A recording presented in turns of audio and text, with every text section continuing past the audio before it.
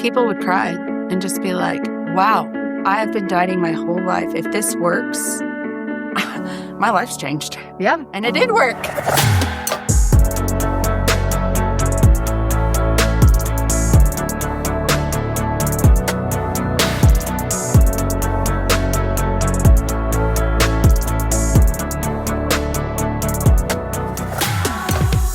Welcome to Insights with Marsha. We are so glad to have you here today. But before you do anything, would you please drop us a like, subscribe, and if you want to, we would love to hear your comments. And today's kind of fun because we just had Mother's Day. So yeah, I'm a mom and I want you guys to meet one of my daughters, Candice Burgess. Hello. So this is Candice. We also have Cassie. Cassie is 4 years younger. 4.5. Yeah. And so, we're just going to talk about family today and what it's like to be mothers, because I'm a mother, you're a mother. Right. And, I think that we've both talked about this ahead of time, but one of the things I was thinking about is, what would you say is the most important thing that mothers can pass on to the next generation? Oh, that's easy. For me, personally, it's faith. Yeah. I feel like that's just such a forefront in our family, so important. Because if you don't have faith, what do you have? I mean, so faith in the Lord, faith in Jesus. I know that, I don't know, as we get into kind of the story of us and how important that you will see that it interwoven in our lives and how important he is to us. I have 3 boys. I have a teenager now. So it's hard to say. It's crazy to say, but yes, I do. Just how important it is for him as he is developing into who he is and who he is going to be, that we instill that faith in him, me and my husband, and that, we can do all we can do as parents. I mean, we definitely pray for them. They go to a Christian school, he has great friends, but it is so important for the family, for the grandmothers to pray for them, for, us to just lead them. And that just, and it kind of just takes care of everything, right? If they know who they are supposed to be, who the Lord has created them to be, they will thrive and they will do exactly what their purpose is. But, some people don't get that. And and it's hard, especially with a teenager and an almost teenager and a 5-year-old. I'm at different points in my motherhood that, they just all did need different things. And so just making sure that, one doesn't get more than the other. I mean, in different ways. And so, yeah, just our faith. Yeah, I agree. It's like you got to have some kind of grounding. People have to have something, and we get to choose. And if it's faith in God, then that's something really rock solid. And everybody's going to have something, and they really need that. So it's kind of cool. Yeah. And I know my parents raised me that way. My mom taught a Sunday school class, so we were up there. It was just a routine. This is part of your week is making sure you think about, talk about, and are in services or whatever for God. Totally. So it's part of your routine. Yeah. Even my dad, the church carnivals. You remember, you call him Granddaddy. He's Justin. He was even in Southern Living magazine for all of his barbecue. He was so good at barbecue and had this giant smoker that he built himself. And he made the best barbecue sauce. It was his own private recipe. We keep trying to mimic it. We can't get it right. Because you made gallons of it at a time. I just can't get it right. But he would make that. They would ask him that every year. Would you make that for the church carnival? Because it's part of our fundraiser. So it can be part of your life. And for children, it just gives them something. Stability. Stability. Yes. Stability. And I can't think of an age that someone could be anywhere from 3 to 103 that you need it. Absolutely. It's through generations you need it. Totally. And I know for me, I went to a Christian school, 7th grade through 12th grade, and all the kids I went to school with, I saw all the activities they did at church. Mine didn't have as many, but I saw theirs. So I started going to their church. So when I saw a church in town that had all the activities, I sent you there, and y'all were very happy. You need to keep kids busy. And girls, when y'all were young, weren't in all the soccer, baseball, football. There's so much more for boys, but That's now true. there's not. There's more and more for girls, but Yeah. Yeah. I think I was in dance and played softball, but it was just one season. It's not now. My kids are in baseball. We go year round, so yeah. When I was a kid, there was third grade softball. That was it. Mhm. That was it. And you took dance, and I didn't like it, and so I'd plot and scheme with my. We're a little bit different there. Yeah. So I'm glad there's so much of that now. But yeah, I think faith is number one. And what I love about your school in particular is it's just built into the curriculum. Oh, with the boys, absolutely. And their teachers love them so much and pray for them and are really invested in just their walk and their education. And just, if there's any sort of concern, we meet about it. And it's a blessing. Yeah. Now, we'll give people a little different flavor of us. Okay. And that is we basically are 4 generations of teaching people to be healthier. Crazy. And what did we look up earlier? Something that makes it to the 4th generation is probably like 8 to 10% chance. Yeah. Oh, for the company. Yeah. Throughout the family companies. Yeah. That's right. It's very, I think what helped was ours kind of evolved, right? Like starting with your grandmother, if you can tell that story. Yeah. So my grandmother, she was very different. Already from the fact that when everybody was being called grandmother or something like that, she wanted to be called by her first name. Oh, she wanted to be called Marie. And little did she know we were so little, all we could do was say Ivy. Yeah. So she got the nickname. It was Ivy. Hey, I called her that too. So it must have stuck. Yeah. And she would travel a lot to California. When she'd go to California, she'd notice all the different supplements, or people were eating lecithin and sunflower seeds. Awesome. All this stuff in the 1950s. Yes. And she'd bring it home and she'd get boxes of it shipped because all of her friends wanted some. And I'll never forget the story of my grandfather tripping over a box. She had boxes everywhere and just going, "Dadgummit, Marie, you need to open a store." So in the 1950s, she opened the first health food store in Louisiana. That's right. And, as a kid, for me, it was kind of rough because I don't think I saw a real M&M until I was like 4 years old. Right. My eyes got this big and I fell in love with chocolate and M&Ms. But before that, we got K-Raw, molasses cookies. Oh, dear. Things like that. And, but yeah, so she was way ahead of herself. Not many women were even entrepreneurs in the 1990s. No. It was before I was born. That's true. Definitely not a lot of entrepreneurs. And then you get my mom, who you could chime in on a minute because you grew up as she's your grandmother. And Mom always had a weight problem. Yeah. And we died as a child and say, all I'm going to do is eat an apple a day. And my grandmother's going, ah! But anyhow, one day Mother starts looking at thin people. She's like, I've been on every diet in the world. I've done everything I can. I went to see Dr. Atkins in New York. I've done everything. Yeah. Let me watch thin people. And before she knew it, people were saying, what have you done? And she was teaching them classes.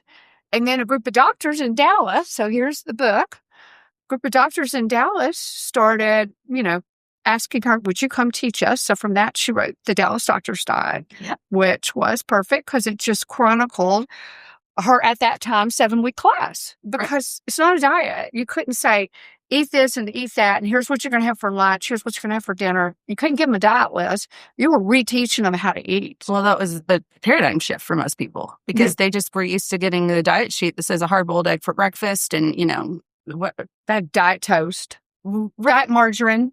And we all know, everyone that's been on a diet, you will rebel before it's noon. Yeah. It's just not, even if you do zip your lip and really do it, a few weeks, you're gonna need to learn how to eat normal foods. Yeah. And so she saw that as a huge opportunity. And being a therapist, I think she was able to really observe people and really kind of put it all together in a teaching format that helped people really grasp it. Yeah. And you know what drives me nuts is like they'll talk about the National Weight Loss Registry.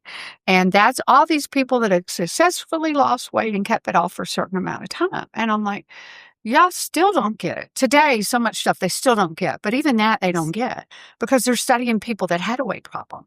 Mhm. Mom studied people, Sandra studied people that never had a weight problem. How do they eat? They could eat when they were hungry. They could stop when they're comfortable. Crazy. And they don't eat around stress and emotions, and they say the same way. They eat their favorite foods. But she started putting it in a format that you taught it to. Yes. We had to teach it. That's right. We're going to teach you to be normal again. It's normal to be normal weight, and it's not normal to be overweight. People would cry and just be like, wow, I have been dieting my whole life. If this works, my life's changed. Yeah. And it did work. Yeah. Yeah. I can remember this man I had in class, John, and he lost, this was after he had lost like 50 pounds. Because once you came to a class, in-person class, you could just keep coming for free. I'm like, I should have fixed you. Keep coming for free to lose your weight. And this lady was arguing with everything I said. And here's John, who practiced everything, not my husband, John, practiced everything. And I can still see him turning around in class and going, lady, just do it. Do what she says. Do what she says. And, I would tell people, give me 1 week, give me 2 weeks, 3 weeks.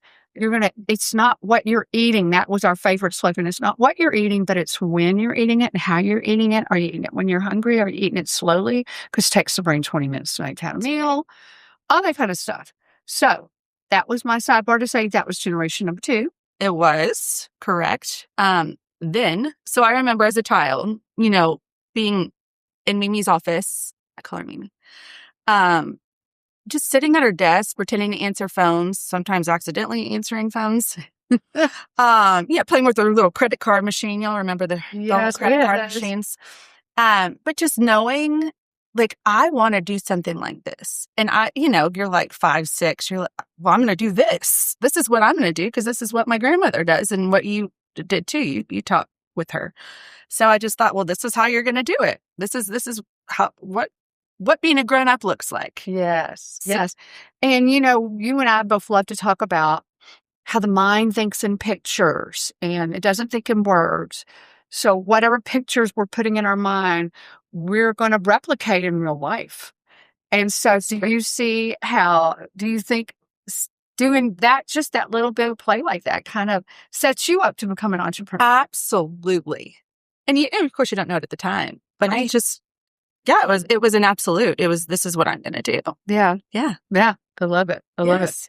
And so then you have Mother. I helped her with it, with teaching classes in all of my early 20s. And then I went to be a nurse practitioner. So in 1999, when I got out of school, I would find myself working with patients and I'd be like, let me just tell you a few things to do. And I would try to teach week 1 that took an hour and a half to do and right there. And I said, I'm going to do this again.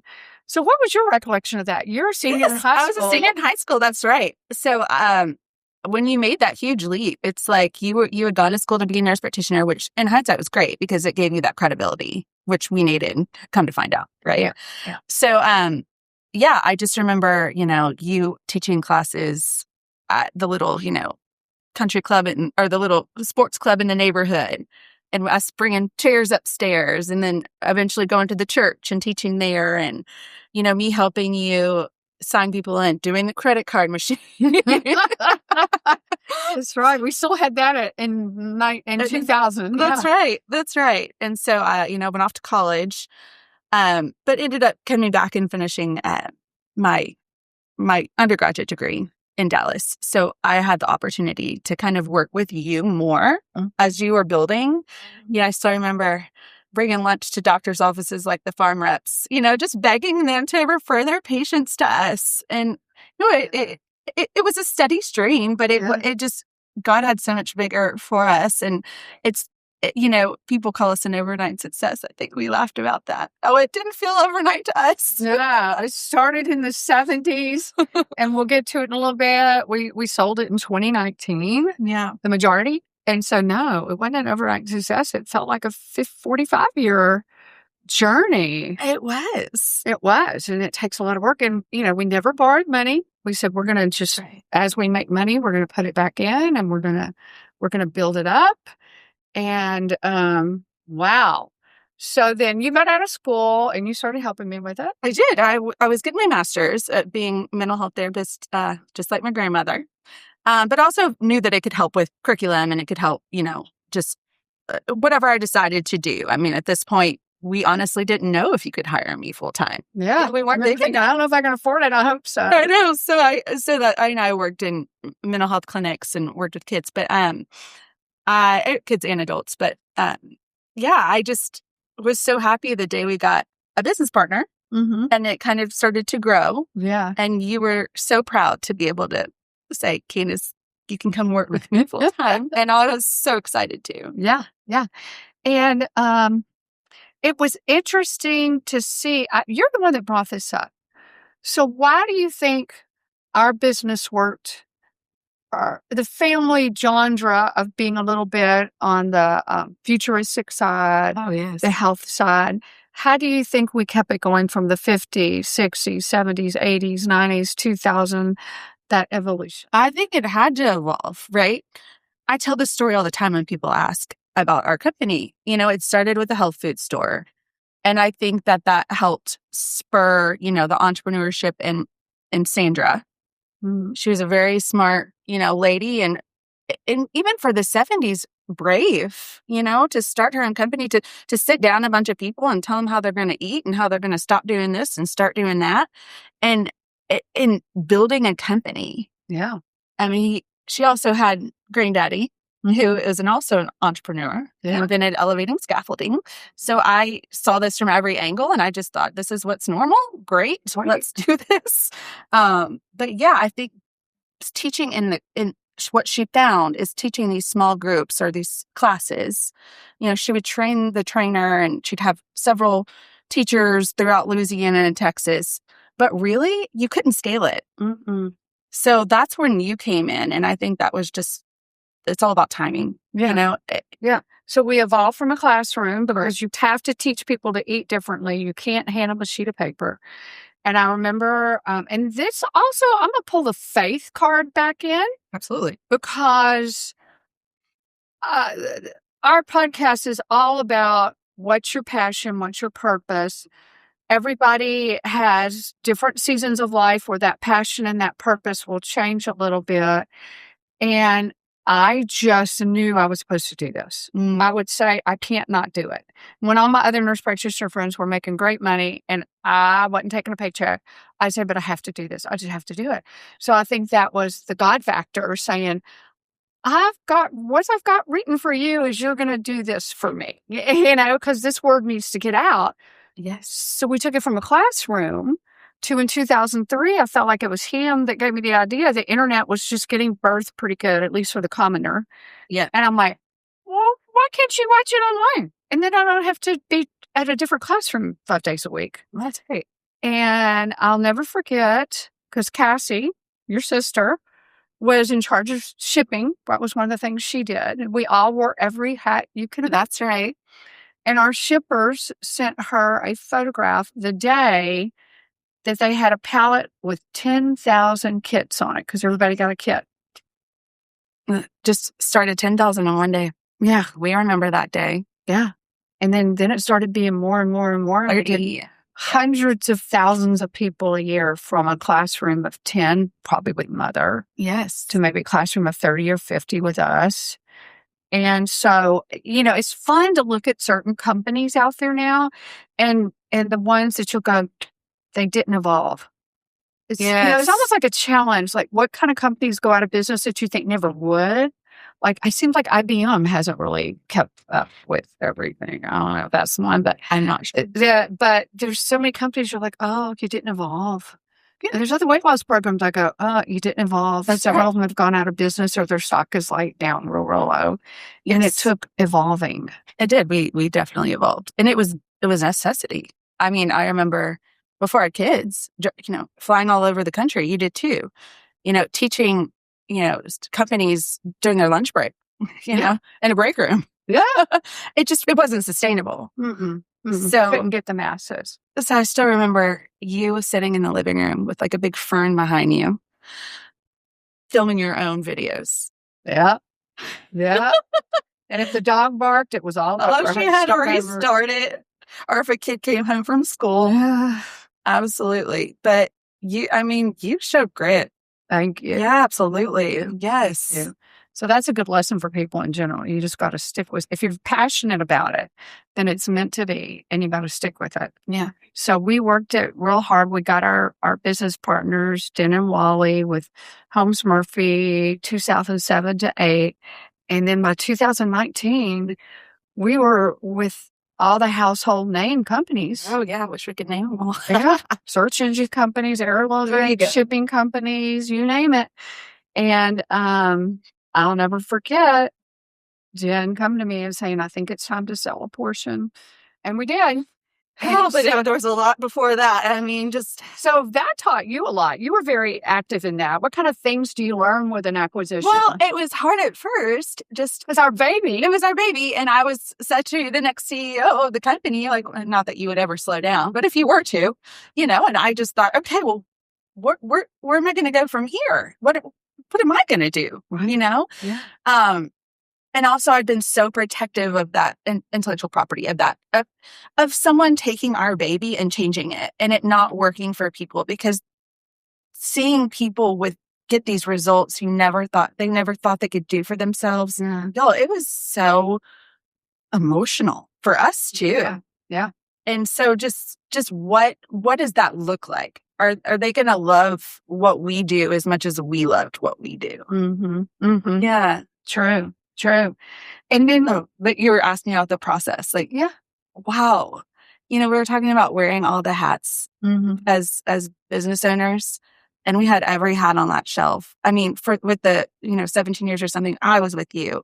It's like, well, if we need to figure out procurement, like I talked to a buddy who was like, well, I just invested in a procurement company. Like, we'll do whatever you want, and getting together with them. And them just like, we're almost exclusively just like working with us, like one-on-one, just things that we needed that we didn't know how to do it. But as it comes, you just kind of start figuring it out. Mm-hmm. But I wore the financial hat. I tried to wear, the curriculum building hat, the therapy, because we were doing a lot of one-on-ones back then, where people could email or have a or call you and, talk to clients. So it just, all the different hats that we put on, I think really prepared us for whatever's next. But also, we were talking earlier, like just the M&A process, learning about what the accountants do and what the bankers do and what, even the private equity companies do, just seeing it all in action, the attorneys, man,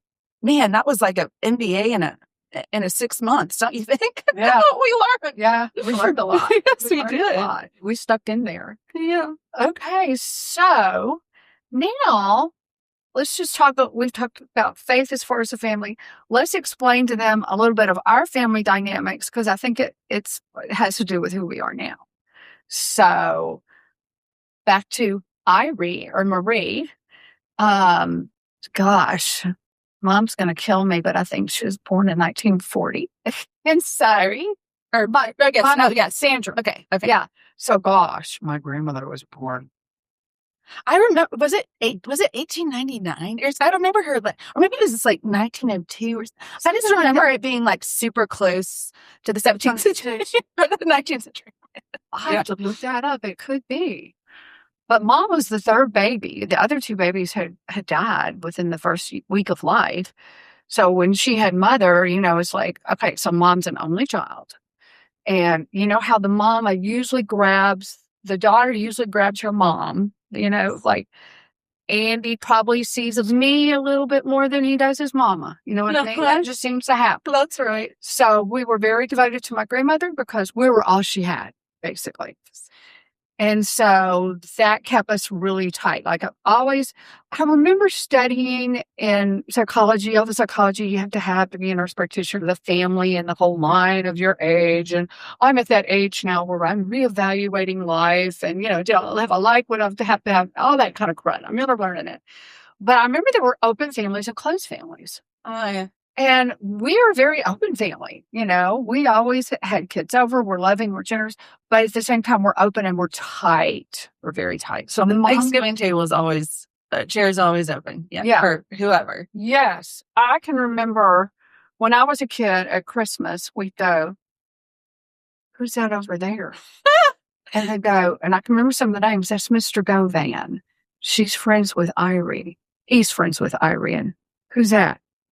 Well, we called her upstairs because she lived upstairs in a duplex. That's upstairs when we were real little. Yeah.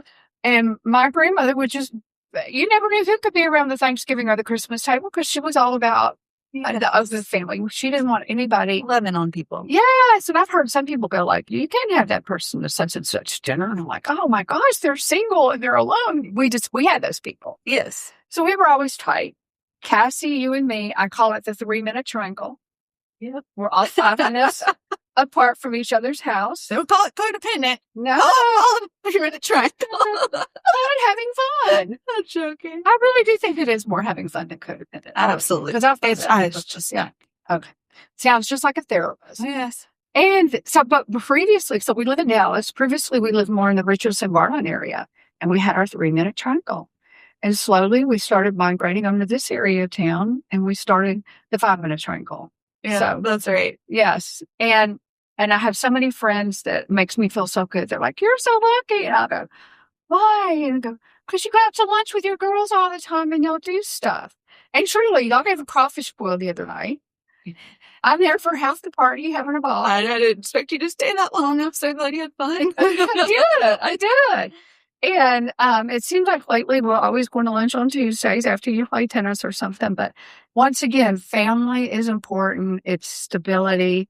And we have our faith because you and I, in particular, love to go, have you heard such and such's podcast? Absolutely. That was so good. And there's, I love the internet. You can there's so much. You can learn so much. Yes. That's your finger. Absolutely. Yeah.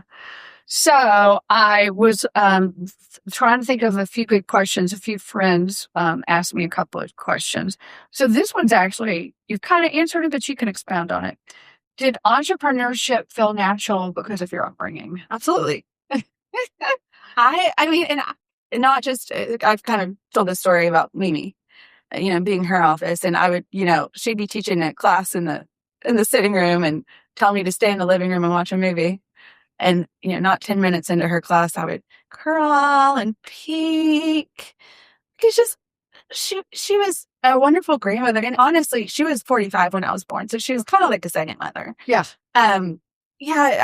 Peek. And she said, now, Candice, go back and watch Annie, But I would just keep looking because she was so poised. And she took control of the room. And these women and men would look at her with just such, adoration that she was helping them and she was teaching them, and I wanted that, but then going to Granddaddy's plant, and I mean, I would sit at his desk and just write Post-it notes and just I wanted to run something. Like I just wanted what they had, and so I just don't know that I knew any other way to do it. Yeah. And you just remind me of the story. I think we're prepared in life for whatever we're supposed to do. So when you said Mimi was poised, when Mimi was like, I want to say 5 at the earliest, 5, let's say, around 5 and 6, and maybe 7, she knew how to play the accordion. And that was cool back then. Played the accordion, and she could sing and she could dance. Play piano by ear. And still plays the piano by ear. I can't even imagine how cool that would be. Oh, no. And they would have her play the USO shows. I've got pictures of her up on stage in this huge audience of men. And then she would go to the wards she talked about where the wounded soldiers were and play her accordion and sing. And so she kind of remembered being afraid, like, here's all these men and they're not healthy and worried. But what that did give her that I think she kind of passed down to me was she would talk about how people were so respectful. She goes, well, those boys were going off to war. And surely, I'm sure they were 18 and maybe some snuck in earlier. Yes. And they were wanting to go to war. They were fighting for our country. And a total sidebar, because Dory Wiley's going to come talk about the movie A Great Awakening. Oh. And how all those people that had to suddenly fight for our country from England, they had an awakening in their soul that this country is important. Mm. It says that everybody is created equally, whereas before that, nobody was equal. The king was superior, the king and queen.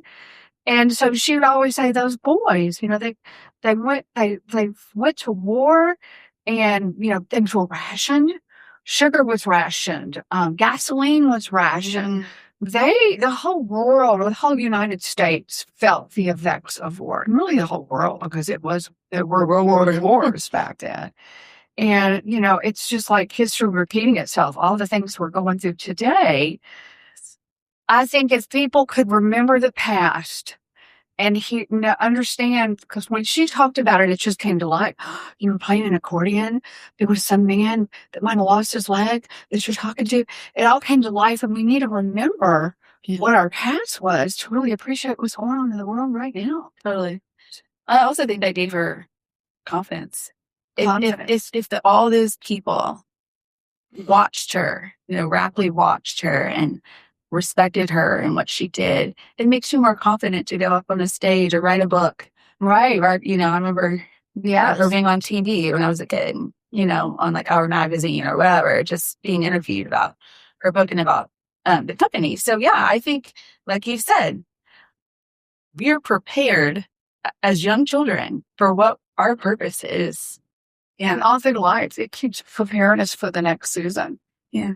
But it's fun when we can go, that's what that was all about. Right? That's what that was all about. The God winks. But they're there. We just got to look for them. That's true. Yeah. Since we were in the health business, what health truth has never changed? Oh, gosh.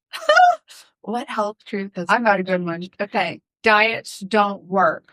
Okay. I said yes. And whatever you do to lose the weight is what you're going to have to do to keep the weight off. So it's why Mom's program, Naturally Slim, said, and it's really what she taught is what the weight loss drugs make people do. That's true.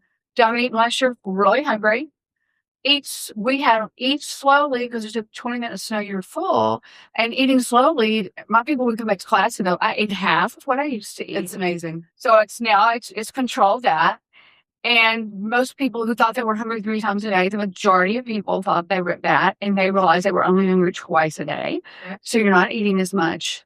Yeah. And so diets, in a way, still don't work. They're taking a pill to force them to eat that way. And what would be great is if they all took Naturally Slim, which is now Wonder, while they're losing, so that the minute they're ready to get off the weight loss drug, they know in their mind they have the tools. How to eat. They have the tools that, because diets can be argued that they work, right?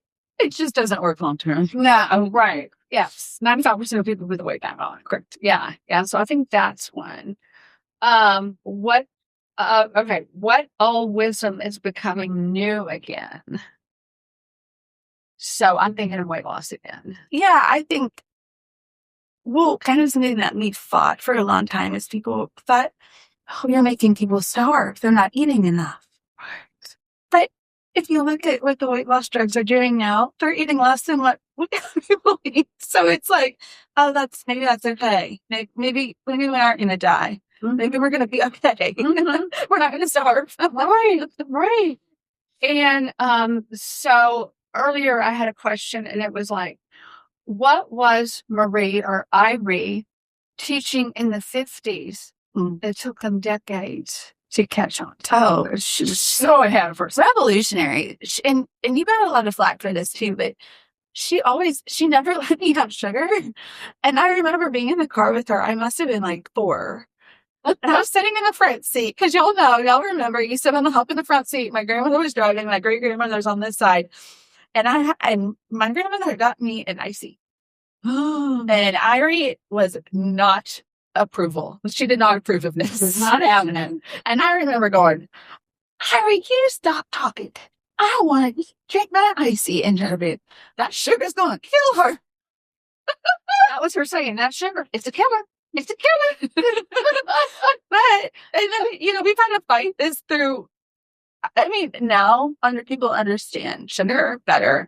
Yeah. And you think that it's always been that way. But back in the early 2000s, we had to fight, dietitians and nutritionists that, mainlining sugar is not good. Yes. And then pre-diabetes pops up. And Right. the prevalence of pre-diabetes. So she was saying sugar was bad in the 50s. Mom was saying it in 1970s and 80. I was preaching it around 2006, and I was traveling every week to a hospital system up north. And the dietitians there, if they could have burned me at the stake for saying sugar's not good for your health, they would have. Oh, my God. And now everybody gets it. Yes. And then my grandmother was also talking about fats in the 50s. That's right. And in the 60s, I remember, because by then I was old enough to, what'd you saying? She was talking about safflower oil and good oils and bad oils. And as a kid, you don't like meat very often. You realize I didn't as a little kid. I don't like meat. I remember she got some steaks in her health food store that she said, these are good for you. They don't have hormones. They don't have these cows don't have any kind of vaccines. And they've been raising in a field eating grass. The kid who wasn't crazy about a steak thought that was the most wonderful thing I ever put in my mouth. Yeah, I'm sure. It was amazing, but she knew all that before then, and Mother knew it. And we've had our old medical director, who was an MD and a PhD, tell Mother one-on-one, "Oh my gosh, you were decades ahead of everything." Mm-hmm. So we've just been more fortunate to be in a family that kind of saw some stuff. Right. And had fun teaching them that stuff. Right. And, like you said earlier, we were, as females, doing stuff before females did much stuff. I'm trying to see if I had another good question I wanted to ask. Working with your mother teaches you things no classroom can. She said, what would one of those be? I think modeling is so important. We said we're going to get into this a little later, but my father passed away when I was 7, and you went to work, and you worked and worked and worked, and you had to, right? But you not only just, went to be a nurse, and you saw that, like, okay, I want to do more, and you didn't have to. You had a great profession. You were a nurse, labor delivery nurse, but you kept growing, and you went and got your nurse practitioner degree with, kids. You fought tooth and nail to keep that. I remember you saying, "I don't think I can keep doing the company. I'm not making any money." I remember that too. And I was like, "Well, if you want to go back to the hospital, I totally support you. Like, whatever you want to work in the doctor's office." But I really had this feeling that, like, it was gonna. There was no way it couldn't, because when you have something good and you know that you have something good, Mm-hmm. which you didn't, you knew that, you just can't not work at it. Mm-hmm. Right. And I'm very, very grateful that you did, because you gave me my professional career. Mm-hmm. Thus far. So yeah, just modeling you, because you were my one role model. Mm-hmm. You and my grandmother. So yeah, I mean, I know that it's kind of all encompassing though. Mm-hmm. Watching how hard you work, watching you lead meetings, watching you be brave and go speak to thousands of people, Mm-hmm. and get on, go to a movie studio and film your classes. That was so cool to watch. Mm-hmm. Yeah. So I think our family, our generation so far, I've got a 5th one coming along here. We've been very fortunate, because it's like we have inherited and passed down a mission, and not really a business, but just a mission to make people healthier, give them healthier options, educate them. And in our opinion, you just can't beat that. I'm sure for somebody else, it's whatever their businesses. Absolutely. Like John's John's in in different questions. yeah, like John's in golf, and I'm like, you're giving every golfer a better golf game, Everything you do with excellence. Yes. So it's all about passion. What's your purpose? Why are we here? Everybody asks that question, and I think we just keep asking it over with different seasons of life. Different seasons. And, Exactly. what's our passion? Because that's going to be the first road to figuring out what our purpose is. And then just start pursuing it.